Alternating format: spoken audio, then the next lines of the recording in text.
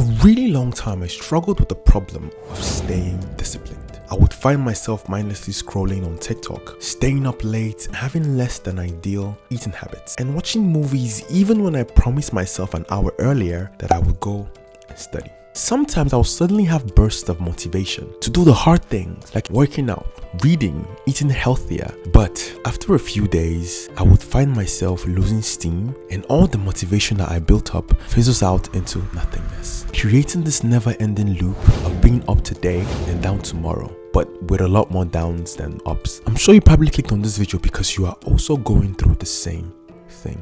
Now in this video, I'll be sharing with you 5 mindset shifts that moved me from being a waste man to actually being consistently disciplined. Now I'm sure that there's one question going in your mind right now. What actually changed? What happened to lead to these changes in behavior? The 5 mindset shifts I'll be sharing with you are the shifts that helped me to graduate being one of the top students in medical school, helped me to learn a new language, taught myself how to code, learn the guitar by myself courtesy of YouTube, and honestly many other things. But you probably didn't click on this video to hear me rant about myself. That leads us to one question. What are these mindset shifts? Sometimes when you watch people like David Goggins, Jocko Willink, Alex Hormozi, you get this pumped up feeling to go out there, go into the world, and go and conquer. And after a while, you find yourself slowly losing the enthusiasm that you had, or until you find that one special video that gives you another pump to go again. But you and I both know that that system is pretty much unsustainable. And you probably have this question going on in your head. Why does that happen? Why do you feel pumped in one instance, like the New Year's, you feel pumped to go to the gym and lose weight, and right now it's December, and when you look back at it, you've only gone to the gym a total of 3 weeks in the year? And that, my dear friend, has a very simple answer, and that is motivation is a finite resource. Motivation is basically when you do the hard things because you feel like it. Now this begs the question, how do you make yourself take action when you feel like it and even when you do not feel like doing anything? Now that, my dear friend, leads us to something called system-oriented discipline. Now to truly understand this concept, I need to address the elephant in the room, which is quite similar, but they are not quite the same thing, and that is willpower. Now I'm sure you're probably wondering, Bernard, isn't willpower the thing that powers discipline in the first place? Well,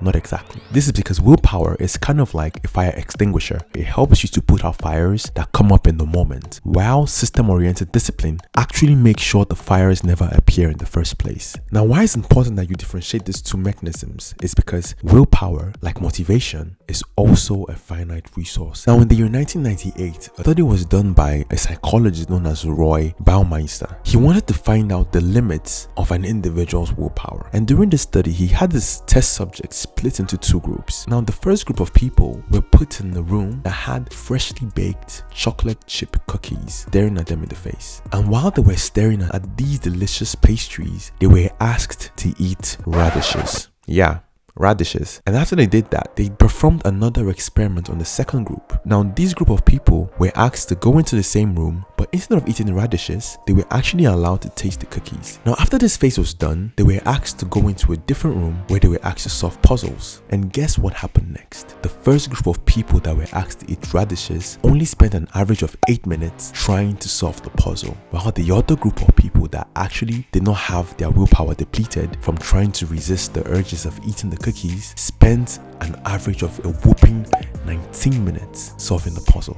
Now this experiment led to the conclusions that willpower can actually be exhausted, and that leads us to the whole point of the system-oriented discipline. Now this system has 2 main parts. Now the first part is the starting mechanism, and the second part is the sustaining mechanism. Now the starting mechanism of this system works by you doing something psychologists will call implementation intention. Now this is where you pick beforehand the time, where, how, and what you'll be doing. Now take for example, you want to study. Picking the exact location of study, picking what you'll be studying, how you'll be studying, when you'll be studying, is you setting an implementation intention to have your starting mechanism in place, which then leads us to the second part, the sustaining mechanism. Now this is the mechanism where you have structures in place that makes it more likely for you to keep doing the action. And a really good sustaining mechanism is having a strong why to why you are performing the action.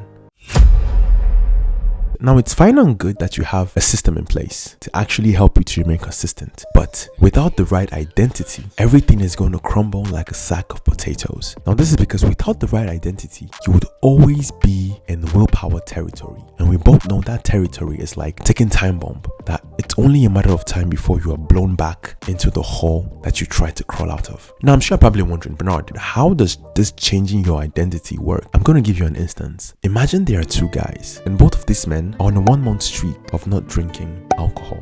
Now, they both find themselves in the party, and guy A is asked the question if he would like to drink whiskey, and he replies like so, "Oh, I can't drink whiskey right now because I'm trying to stay off alcohol," and then requests for soda. Now, this same question was also posed to guy B, and this was his response: "Oh, I don't drink whiskey because I'm a teetotaler." And guys, quick, if you do not know what a teetotaler is basically someone who never drinks alcohol. You're welcome. Those subtle differences in answers actually speak volumes on how these different individuals see themselves. It's quite safe to assume that person A sees himself as an alcoholic who is trying to stay off alcohol and is constantly exerting willpower in that scenario. But person B, on the other hand, sees himself as someone who just doesn't drink.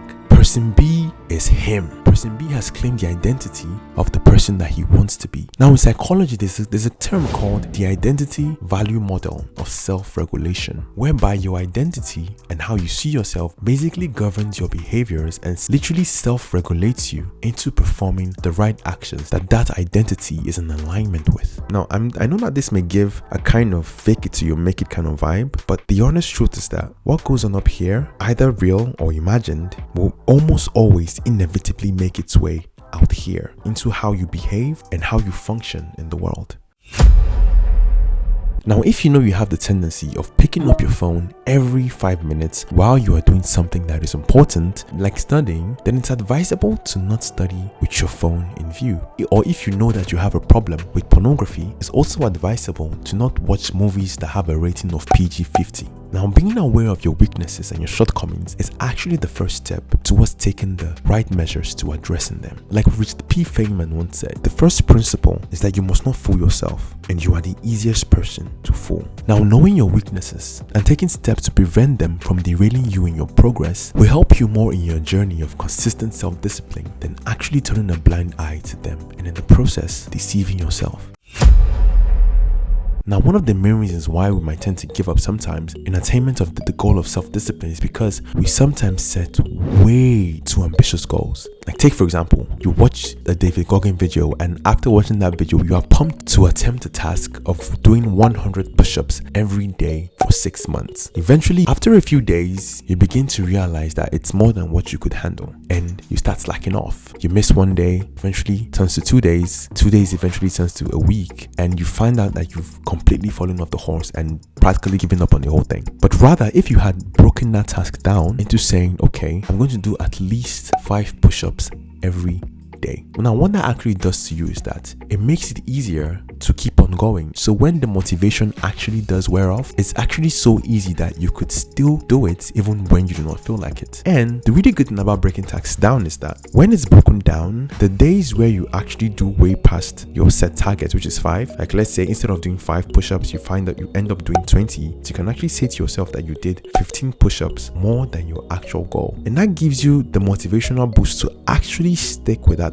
habit. Now, that's a whole lot better than saying you were 80 push-ups short of your 100 push-up goal. Now, that instance will do more to harm your consistency rather than enable it. Now, like learning any new skill, it requires practice, and in your course of practicing, you would actually inevitably make mistakes. Now, self-discipline is like any other skill, but the thing is that we tend to be so hard on ourselves that when we actually do make mistakes, we tend to react to it negatively and not constructively. So instead of you saying, I missed my goal of reading every day for 1 month, you can actually say, why wasn't I able to accomplish my goal of studying every day consistently? And what can I do to prevent that inconsistency from happening? Now, that simple mindset shift makes it so that every single time you fail, it makes it less likely that you would actually fail the next time. Because every time you fail, you are consistently learning and improving and working on your processes. And over time, you find out that you are actually never failing again, to the point where you are one with the universe. Oh wow. Our wisdom nugget for the week. Everyone who competes in the games trains with strict discipline. They do it for a crown that is perishable, but we do it for a crown that is imperishable. And guys, if you like this video, please don't forget to hit the like button. It helps with the algorithm. And if you love this video, I think you're gonna like this video about scientifically proven methods to study smarter and not harder. And with that, guys, remember to always keep it real. Bye guys.